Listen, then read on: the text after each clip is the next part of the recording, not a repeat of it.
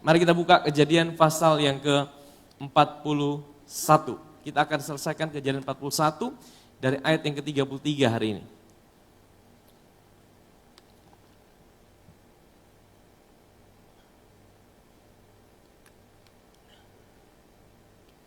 Nah, seperti biasanya, saudara, saya akan bawa kita melihat bagaimana kita melihat diri kita sebagai Yusuf, ya, dalam situasi yang dia sedang hadapi, dan juga kita akan melihat gambaran Yesus di dalam diri Yusuf melalui kisah ini, saudara. Dan saudara, saya berdoa ini jadi berkat buat setiap kita pagi hari ini. Oleh sebab itu, baiklah tuanku Firaun mencari seorang yang berakal budi dan bijaksana dan mengangkatnya menjadi kuasa atas tanah Mesir. Jadi ini ceritanya Yusuf ini menafsirkan mimpi daripada Firaun, saudara. Firaun punya dua mimpi, mimpinya sama. Ya, kalau saudara baca, itu mimpinya dia lihat ada lembu kurus, ada 7 lembu kurus, tapi sebelumnya dia lihat ada 7 lembu gemuk. 7 lembu gemuk, kemudian ada 7 lembu kurus. 7 lembu kurus makan 7 lembu gemuk. Kemudian ada padi yang kurus, padi yang gemuk. Padi yang kurus itu makan padi yang gemuk. Kemudian Yusuf ceritakan arti mimpi itu. Saudara, semua orang yang ada di Mesir, tidak ada satupun yang bisa mengartikan mimpi daripada Firaun. Ya, padahal orang Mesir itu termasuk orang yang hebat, punya peradaban yang maju.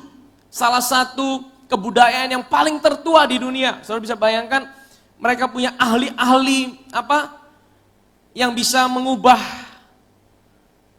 tongkat menjadi ular. Betul tidak, saudara? Mereka punya ahli yang bisa membuat sihir-sihir. Mereka punya ilmu pengetahuan yang luar biasa. Mereka bisa bangun itu piramid. Tapi tidak ada satu orang pun di Mesir yang bisa menafsirkan mimpi Yusuf. Karena apa, saudara? Karena mimpi Yusuf itu bukan mimpi Yusuf, saudara. Mimpi Firaun itu dari Allah. Mimpi Firaun dari Allah, dan Allah sudah menetapkan hanya Yusuf yang bisa mengartikannya, saudara. Kalau Tuhan sudah pilih hidup saudara, tidak ada satu orang pun yang bisa ambil itu dari hidup saudara. Amin, saudara. Itu membuat hidup kita selalu merasa aman, saudara. Saudara, kita merasa aman karena kita tahu bahwa Tuhan itu ada dalam hidup kita dan dia sudah kasih, dia pilih hidup kita, dan kita tidak perlu iri satu dengan yang lainnya. Amin, saudara. Semua tidak bisa menafsirkan, tapi Yusuf diberikan kemampuan untuk menafsirkan. Dia bilang ada 7 tahun kelimpahan dan kemudian ada 7 tahun kelaparan. Ya. Dan kelaparan yang hebat sekali. Dia bukan hanya dapat sebuah pengetahuan, tapi Yusuf diberikan sebuah hikmat, saudara. Hikmat untuk, ada orang yang cuma bisa tahu apa yang akan terjadi di depan. Dia dapat, ada orang mungkin bisa meramal. Dia bisa ramal ini, ramal ini, tapi dia tidak tahu bagaimana menyelesaikan persoalan yang ada. Tapi Yusuf, saudara, dia dapat marifat untuk tahu apa yang ada di depan, tapi dia juga dapat hikmat untuk menyelesaikan persoalan itu. Amin, saudara. Hikmat itu beda dengan sekedar kepandaian, saudara. Ya, hari-hari ini kepandaian yang ada di dunia itu sepertinya tidak ada artinya, saudara. Semuanya lagi kebingungan, saudara. Tapi hikmat itu Tuhan akan kasih buat anak-anaknya, sehingga bisa ada pada waktu yang tepat, pada saat yang tepat, pada waktu yang tepat. Amin. Nah, next terus kita baca ya. Oleh sebab itu, baiklah tuanku Firaun mencari seorang yang berakal budi dan bijaksana dan mengangkatnya menjadi kuasa atas tanah di Mesir. Baiklah juga tuanku Firaun berbuat begini, menempatkan penilik-penilik atas negeri ini, dan dalam ke-7 tahun kelimpahan memungut 1/5 dari hasil tanah Mesir. 20% pajak, saudara. Ada yang saudara mau ditagih pajak 20% dari penghasilan saudara?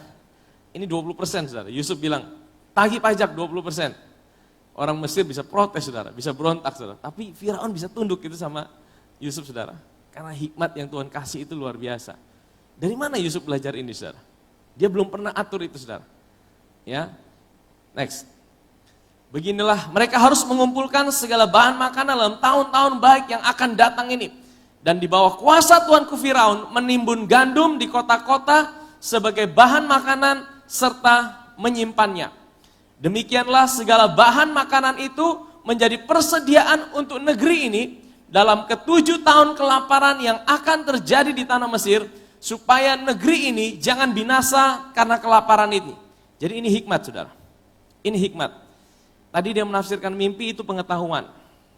Ya, dia dapat pengetahuan. Tapi hikmat itu untuk menyelesaikan persoalan itu, saudara. Untuk menyelesaikan persoalan itu. Ya, sebenarnya kita mau juga dapatkan roh hikmat dari Tuhan. Amin, saudara. Roh hikmat, Roh Kudus itu adalah roh hikmat buat kita. Hikmat itu, ya kan, saudara tidak harus pintar-pintar sekali, saudara. Tidak harus cerdas sekali. Hikmat itu seperti orang yang, kalau orang bilang orang beruntung, ya, orang beruntung. Saudara mungkin tidak terlalu pintar, saudara mungkin tidak terlalu cerdas, saudara mungkin tidak terlalu, ya mau dibilang yang apa, saudara. Tapi kalau saudara berhikmat, ada hikmat, itu seperti ada roh keberuntungan dalam hidup saudara. Saudara bisa ada pada waktu yang tepat, pada saat yang tepat. Amin, saudara. Yusuf itu 2 tahun, saudara. Coba kalau dia keluar lebih dahulu, bisa-bisa dia tidak naik ke istana Firaun. Bisa-bisa dia udah pulang, atau dia udah kerja di mana, saudara. Dia udah pulang ke rumah bapaknya, tapi Tuhan atur 2 tahun persis bertepatan dengan mimpi Yusuf. Ini, saudara. Ini, saudara. Ini keberuntungan. Bagi orang dunia keberuntungan. Bagi Tuhan itu adalah berkat. Amin, saudara. Ya. Next. Usul itu dipandang baik oleh Firaun dan oleh semua pegawainya. Saudara bayangkan, semua pegawainya Firaun, wah ini luar biasa ini luar biasa. Tuhan yang membuat mereka semua sampai bisa seperti itu, saudara. Next. Lalu, nah ini bisa perhatikan. Lalu berkatalah Firaun kepada para pegawainya, mungkinkah kita mendapat orang seperti ini? Jadi saudara, Yusuf itu tidak angkat-angkat diri, saudara. Dia tidak bilang sama Firaun, Firaun, pilih beta ya, pilih saya, angkat saya. Tidak, saudara. Dia bilang, Firaun pilihlah satu orang yang bisa kelola ini. Ya, dia juga mungkin dia tidak mengharapkan, saudara. Ya, dia juga tidak mungkin dia tidak bilang pilih beta ya Firaun, tidak, saudara. Tapi Tuhan yang membuat Firaun untuk memilih Yusuf, saudara. Percayalah, saudara. Ya, tadi saya bilang kalau Tuhan pilih saudara, tidak ada satu orang pun yang bisa menjatuhkan hidup saudara. Next. Lalu berkatalah Firaun kepada para pegawainya, mungkinkah kita mendapat orang seperti ini? Seorang yang penuh dengan roh Allah. Perhatikan, saudara. Ini pertama kali di dalam Alkitab dikatakan seorang yang penuh dengan roh Allah.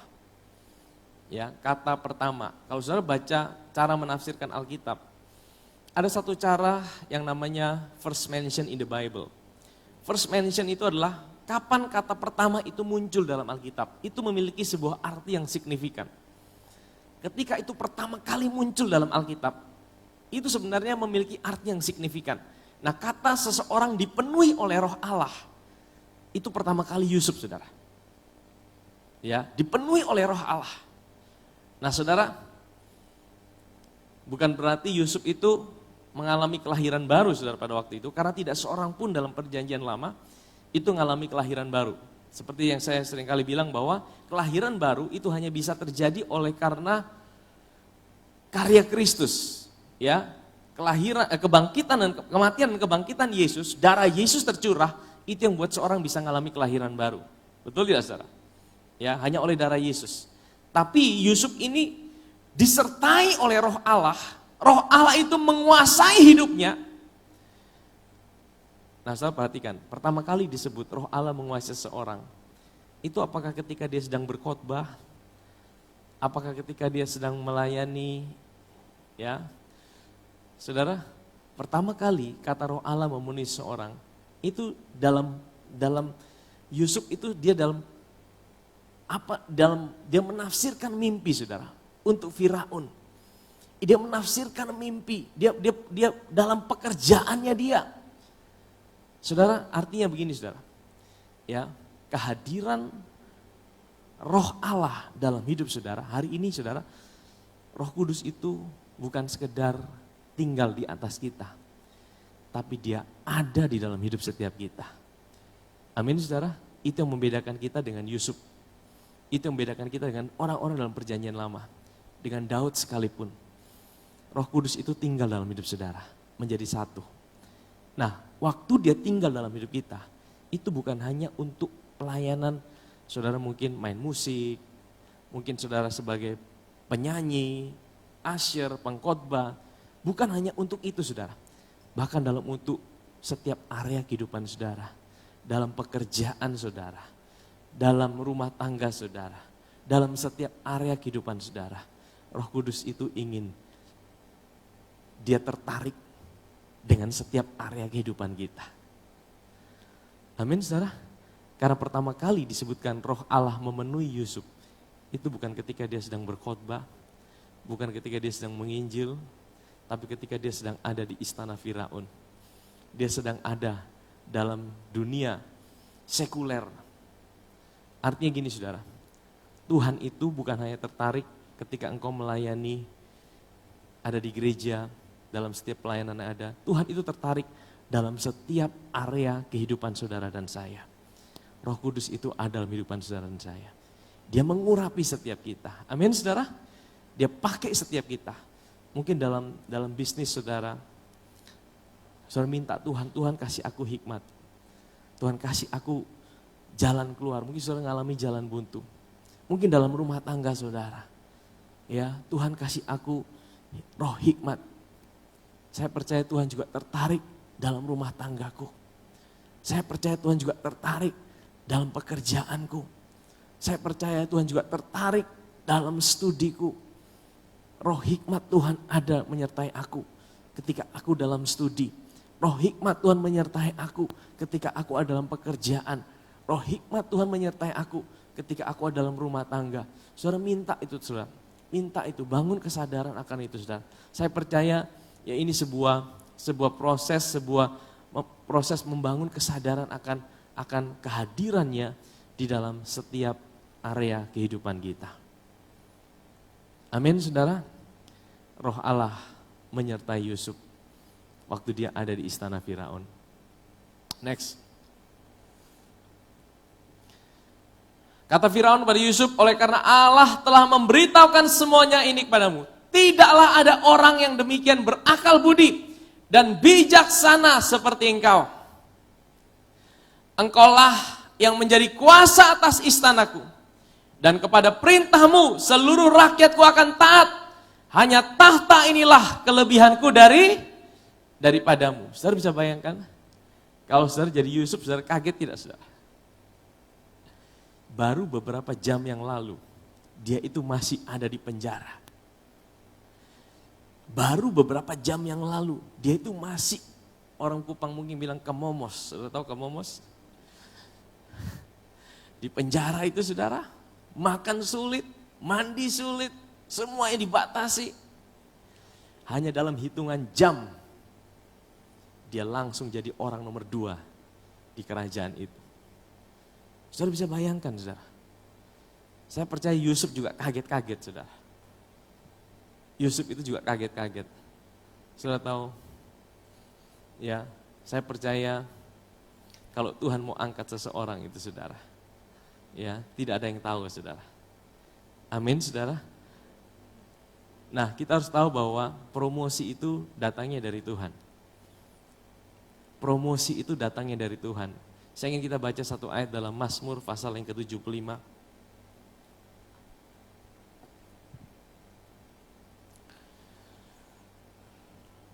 Mazmur pasal 75 ayat yang ke-6 dan 7.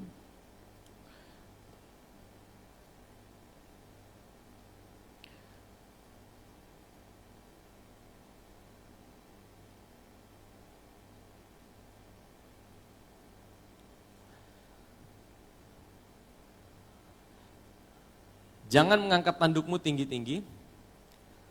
Jangan bicara dengan bertegang leher, ayat yang ke-6. Sebab bukan dari timur atau dari barat dan bukan dari padang gurun datangnya apa? Peninggian itu. Tapi Allah adalah hakim, direndahkan yang satu dan ditinggikannya yang lain. Promosi datangnya dari siapa? Dari Tuhan, saudara.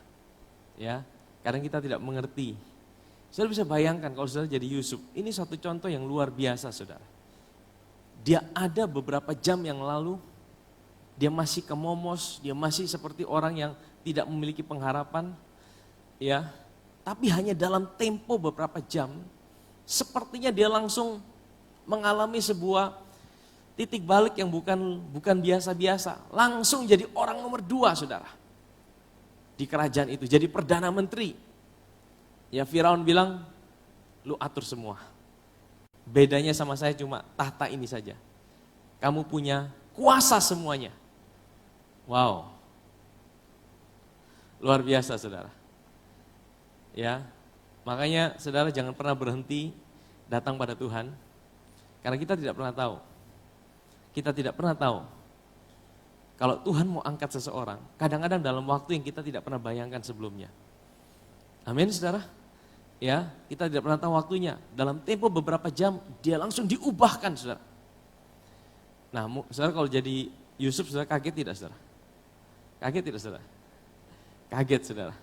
Tapi kalau saudara jadi, ya, pegawai-pegawai Firaun, saudara lebih kaget lagi, saudara. Karena apa? Ini orang ini, enak lah.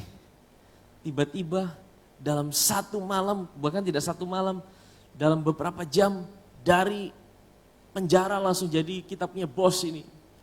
Orang nomor 2 di Mesir. Mungkin mereka iri. Nah saudara kadang-kadang ini juga pelajaran buat kita. Kadang-kadang kalau kita lihat orang berhasil, kok hidupnya sepertinya diangkat Tuhan luar biasa. Kok enak ya Tuhan, beta pun hidup kok sendiri berubah-berubah. Hidup saya kok tidak mengalami perubahan. Kadang-kadang kita tidak tahu. Kita hanya lihat beberapa jam Yusuf diangkat.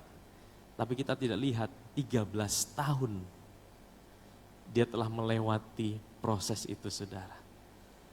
Dari umur 17 sampai umur 30 dia ngalami pengalaman bersama Tuhan. Dia ngalamin itu saudara. Makanya saudara jangan cepet-cepet kita iri sama yang lain, menghakimi. Kok enak dia ya, tiba-tiba Tuhan ubah hidupnya, diangkat. Jadi satu yang dipromosi tinggi. Kan kita tidak tahu dia punya pengalaman hidup bersama Tuhan. Kita kan tidak tahu. Hanya dia dan Tuhan yang tahu. Yusuf mengalami 13 tahun saudara. Ya, kita juga tidak bisa, saya tidak tahu saudara proses yang saudara alami bersama Tuhan bagaimana. Kita tidak tahu sehingga kita tidak bisa iri yang pertama, menghakimi. Karena setiap kita sekali lagi, kita punya porsi bagian masing-masing kita sama Tuhan. Amin saudara. Tapi percayalah, kita punya Tuhan yang setia. Kita punya Tuhan yang setia. Dan dia tahu yang terbaik buat hidup kita. Dan ingat saudara, ya, apapun yang kau hadapi bersama Tuhan, Tuhan bisa angkat hidup saudara dalam waktu yang saudara tidak pernah pikirkan saudara. Ingat tadi Yusuf dalam tempo beberapa jam, langsung jadi orang nomor 2 di Mesir. Bisakah kita ngalami seperti itu? Bisa saudara. Ya, tapi pengalaman kita bersama Tuhan itu masing-masing kita yang tahu. Amin saudara. Kita jangan iri sama orang lain. Ya, kalau orang lain berhasil, ya sudah kita percaya bahwa dia punya pengalaman memang bersama Tuhan, kita tidak tahu. Hanya Tuhan yang tahu bersama dia. Amin saudara. Tapi kita tahu bahwa Tuhan juga ada bersama kita. Dan Tuhan tidak pernah tinggalkan kita. Amin. Sehingga kita tidak gampang bersungut-sungut dalam hidup ini. Kita tidak gampang menyalahkan situasi. Kita tidak gampang menyalahkan orang dan bahkan kita bisa kecewa sama Tuhan. Ya. Next. Kita ke ayat berikutnya saudara. Selanjutnya Firaun berkata kepada Yusuf, dengan ini aku melantik engkau menjadi kuasa atas seluruh tanah Mesir. Sesudah itu Firaun menanggalkan cincin materainya dari jarinya dan mengenakannya pada jari Yusuf. Dipakaikannya lah kepada Yusuf pakaian daripada kain halus dan digantungkannya lah kalung emas pada lehernya. Lalu Firaun menyuruh menaikkan Yusuf dalam keretanya yang kedua dan berserulah orang di hadapan Yusuf, hormat. Demikianlah Yusuf dilantik oleh Firaun menjadi kuasa atas seluruh tanah di Mesir. Saudara kalau jadi Yusuf, saudara terkaget-kaget saudara. Baru beberapa jam yang lalu saudara dirantai tangan saudara. Tapi setelah itu rantainya pindah di leher saudara. Jadi rantai emas saudara. Rantai emas tidak tahu berapa kilo saudara. Ya. Nah saudara, saya ingin bawa kita melihat gini. Gambaran Yusuf ini kalau kita lihat dalam diri kita. Saudara, dia dikasih satu cincin. Cincinnya Firaun. Ini bicara tentang otoritas. Ya coba kita lihat kembali ayat tadi. Kembali tadi ya. Ayat 42. Sesudah itu Firaun menanggalkan cincin meterainya dari jarinya dan mengenakannya itu pada jari Yusuf. Cincin itu bicara apa? Otoritas. Ini bicara tentang hidup kita di dalam Tuhan. Tuhan itu kasih kita otoritas, saudara. Amin, saudara. Tuhan itu kasih kita otoritas. Makanya otoritas kita di dalam nama Yesus. Ya, di dalam nama Yesus kita punya posisi. Kan otoritas itu berdasarkan posisi. Betul tidak, saudara? Kalau posisi saudara tinggi, saudara punya otoritas yang tinggi. Tahukah saudara, hari ini posisi kita di mana? Kita ada di sebelah kanan Bapa di sorga bersama-sama dengan Kristus. Otoritas yang diberikan kepada Yesus itu diberikan kepada saudara dan saya. Amin, saudara. Seringkali kita tidak pakai otoritas itu, saudara. Seringkali kita hidup tanpa kita sadar kita punya otoritas dalam hidup ini. Kita dikalahkan oleh situasi, kita dikalahkan oleh keadaan. Tapi kita tidak tahu bahwa kita punya otoritas di dalam Tuhan. Kita seringkali menyerah dengan situasi. Kita seringkali putus asa dengan situasi. Tapi kita tidak tahu bahwa kita punya otoritas di dalam Tuhan. Dan Tuhan mau kita pakai itu, saudara. Kadang-kadang kita punya Tuhan itu yang dia tidak mau paksa kita. Ya, Tuhan itu dia bisa lakukan segala sesuatu. Tapi seringkali dia tidak mau lakukan itu sendirian. Dia mau pakai saudara untuk melakukan itu di dalam hidup saudara. Kenapa dia kasih saudara otoritas? Karena dia tidak mau dia kerjakan semua. Tapi dia mau libatkan saudara dan saya. Amin, saudara. Sama seperti dia pakai Musa. Ya. Dia sebenarnya bisa langsung membelah Laut Merah. Dia sebenarnya bisa langsung lakukan semua sendirian. Tapi kenapa dia pakai Musa? Dia tidak tanya, Musa, kamu harus perlengkapi dirimu, bawa senjata, bawa ini. Dia tanya sama Musa, apa yang ada padamu? Tongkat Tuhan. Lempar itu, berubah jadi ular. Sebenarnya bukan soal tongkatnya, tapi soal Tuhan yang mau pakai, bahkan yang kecil dalam hidupmu. Tapi ketika itu dikasih otoritas sama Tuhan, hidup saudara jadi berkuasa dalam hidup ini. Amin, saudara. Tuhan kasih Yusuf, Firaun kasih Yusuf cincin meterai. Ini bicara otoritas. Yang kedua apa? Setelah cincin meterai apa? Dan mengenakan pada jari Yusuf. Dipakaikannya pada Yusuf apa? Pakaian dari kain halus.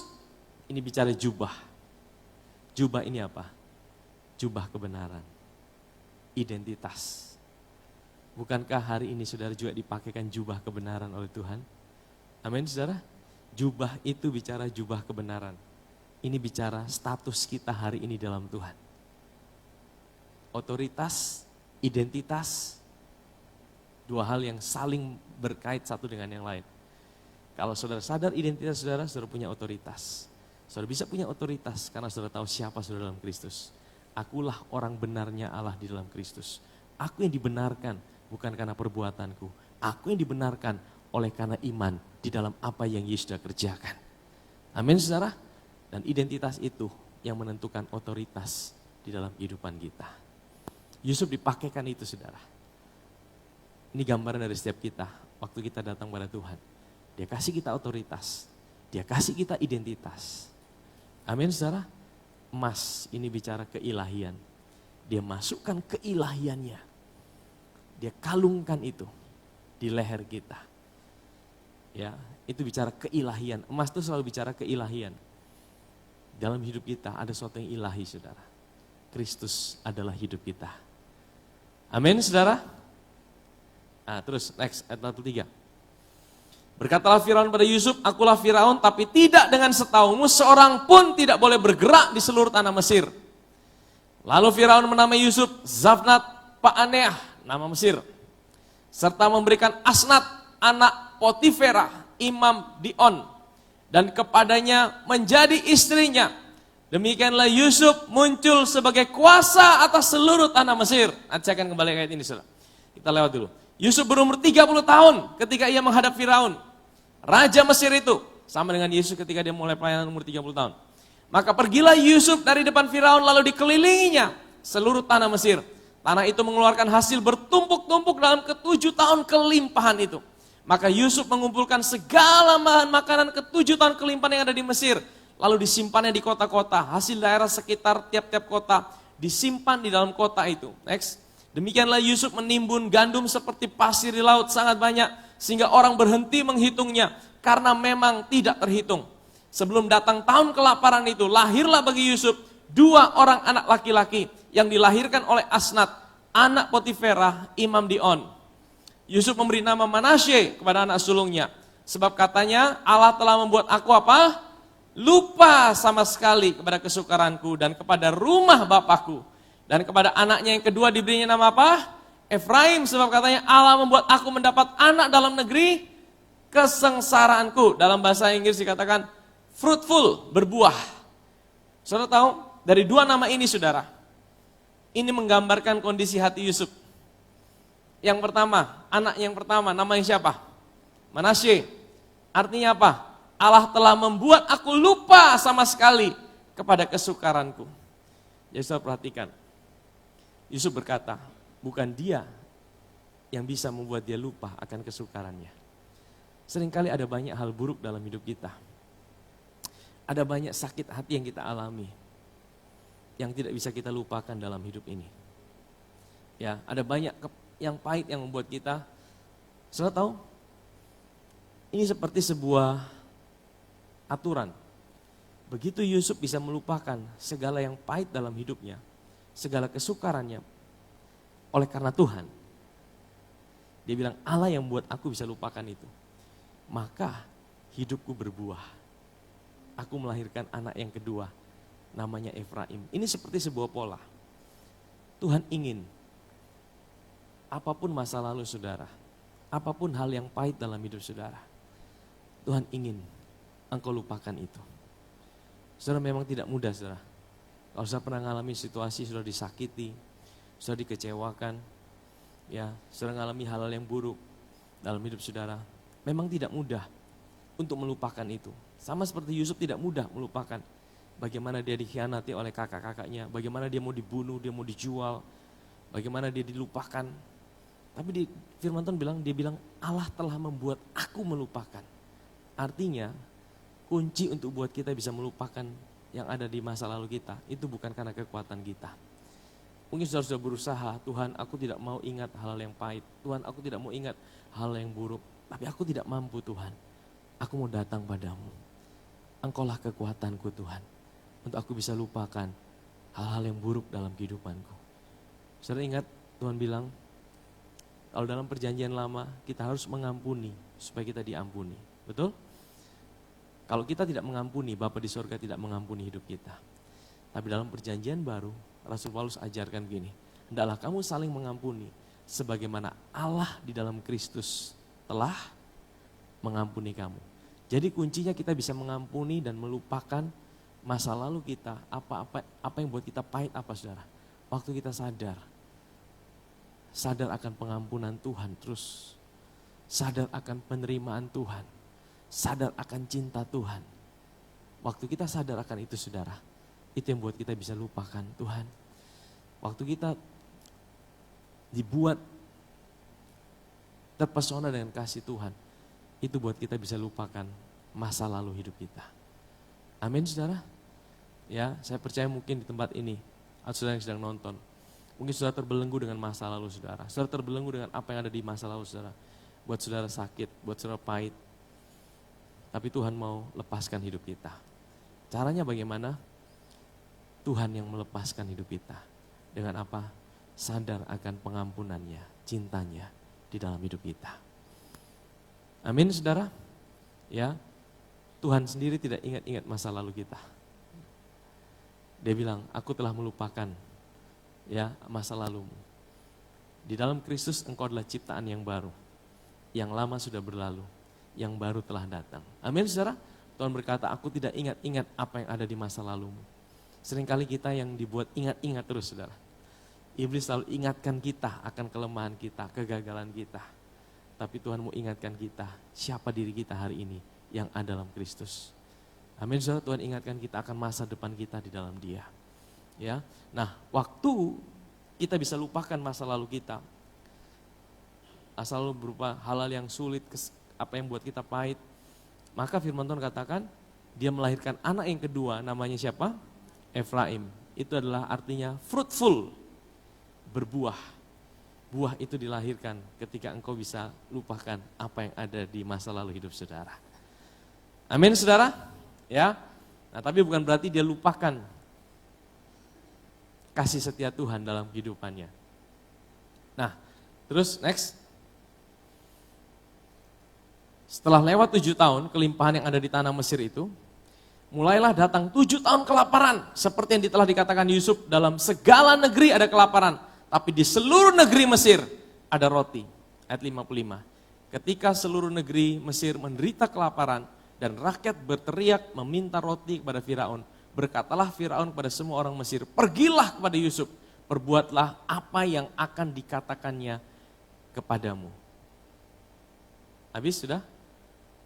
Ayat terakhir ini, kelaparan itu merajalela di seluruh bumi, maka Yusuf membuka segala lumbung dan menjual gandum pada orang Mesir, sebab semakin hebat kelaparan itu di tanah Mesir. Juga dari seluruh bumi datanglah orang ke Mesir untuk membeli gandum dari Yusuf, sebab hebat kelaparan itu di seluruh bumi. Waktu saya merenungkan ini seperti situasi yang sedang terjadi pada saat kita saat ini, saudara. Seluruh dunia hari ini sedang mengalami kelaparan, saudara. Seluruh dunia sedang ngalamin kelaparan, minta roti. Ini sepertinya tepat dengan situasi yang terjadi hari-hari ini. Tapi tahukah saudara, Firaun bilang apa? Datang pada Yusuf. Dialah yang sanggup menyediakan roti. Saudara tahu Yusuf kita hari ini siapa? Yesus. Dunia butuhkan Yesus. Orang sedang lapar. Roti, baik roti jasmani maupun roti hidup itu, saudara. Dan Tuhan katakan, dunia tidak sanggup menjawab. Firaun tidak bisa jawab, saudara. Firaun tidak bisa jawab kebutuhan. Hanya Yesus, Yusuf kita yang bisa jawab itu, saudara. Saya percaya hari-hari ini akan terjadi kelaparan di seluruh dunia. Kelaparan bukan hanya secara fisik, tapi secara kerohanian. Orang akan dibuat haus akan Tuhan dalam situasi yang sulit ini. Dan jawabannya cuma satu. Yesus, Yusuf kita yang sanggup menyediakan lumbung-lumbung yang terbuka di tengah-tengah situasi yang sulit ini, saudara. Amin, saudara. Saya masuk ini gambaran, Yusuf ini adalah gambaran tentang Yesus. Yusuf ini gambaran tentang Yesus. Tadi dikatakan dia sampai di Mesir, dia menikahi seorang Mesir, anak imam. Saudara tahu, ini gambaran dari apa? Yusuf itu Yesus, dia ditolak oleh saudara-saudaranya orang Israel. Ya, Yesus ditolak oleh bangsa Israel. Sehingga hari ini kita sebagai orang Gentiles, Mesir itu gambaran dari dunia. Kita orang-orang yang tidak layak sebenarnya untuk mendapatkan Yesus. Tapi kita dinikahi oleh Yesus. Kita sebagai mempelainya. Amin, saudara. Saudara adalah orang dunia yang harusnya tidak layak terima kasih karunia itu. Tapi karena orang Israel menolak Yesus, saudara dapatkan kasih karunia itu. 11 saudara Yusuf, jual Yusuf. Yusuf sampai ada di Mesir karena dia ditolak oleh kakak-kakaknya. Tapi di Mesir, saudara, dia boleh menjadi raja. Hari ini dia menikahi seorang perempuan Mesir, itu saudara dan saya. Itu gerejanya, itu saudara dan saya. Amin, saudara. Dan waktu dia menikahi kita adalah mempelai wanitanya. Mereka melahirkan anak-anak ilahi, keturunan-keturunan ilahi. Saudara bayangkan, setiap kita diambil dari dunia, dipilih jadi mempelainya. Kemudian melahirkan keturunan-keturunan ilahi melalui hidup kita. Amin, saudara. Manasye dan Efraim itu menjadi dua suku yang dimasukkan ke dalam mendapatkan warisan. Yusuf sendiri tidak, tapi dia dapat 2 bagian, yaitu Manasye dan Efraim. 2 anak yang lahir dari seorang perempuan Mesir, itu dipilih oleh Tuhan. Saudara tahu, ini bicara tentang kita gerejanya. Kita ada dalam dunia, kita dipilih karena Yesus ditolak oleh Israel. Kita dapatkan kemurahan itu. Dan waktu kita menjadi mempelainya, kita melahirkan keturunan-keturunan ilahi yang memperoleh ahli waris di dalam Kristus. Amin saudara, kita menjadi Israel rohani. Kita menjadi bangsa pilihan secara rohani. Amin saudara, amin. Dan Yusuf, sudah tahu? Dia tahu, sebelum datang kesusahan, dia tahu jawabannya terlebih dahulu. Saya sering kali bilang, Yesus kita, dia tidak pernah kaget waktu kita hari ini ngalami pandemi. Mungkin kita jalani tiap hari pakai masker, kita kaget saudara. Mungkin kita jalani hari ini, kita harus jaga jarak, kita kaget. Tapi Yesus, dia tidak pernah kaget akan apa yang terjadi hari ini. Dia udah tahu terlebih dahulu. Dan Tuhan, bukan Tuhan yang menjawab persoalan ketika ada persoalan. Sama seperti Yusuf, dia udah kasih tahu, nanti akan ada kesusahan. Tapi dalam kesusahan itu jangan takut. Aku ada di situ untuk menjadi jawaban buat hidupmu. Sama seperti waktu hari ini kita sedang alami kesusahan mungkin. Dalam pekerjaan saudara, dalam situasi saudara. Saudara ada di rumah, saudara yang nonton dari daerah-daerah yang zona merah. Saudara sedang ngalamin kesusahan dalam setiap area hidup saudara. Percayalah ada Yusuf kita yang sudah menyelesaikan setiap apa yang kita hadapi bahkan sebelum kita menjalaninya hari ini. Yusuf sudah menyelesaikan terlebih dahulu. Dia udah tahu akan ada 7 tahun kelaparan. Tapi sebelumnya ada 7 tahun kelimpahan. Dia persiapkan semuanya.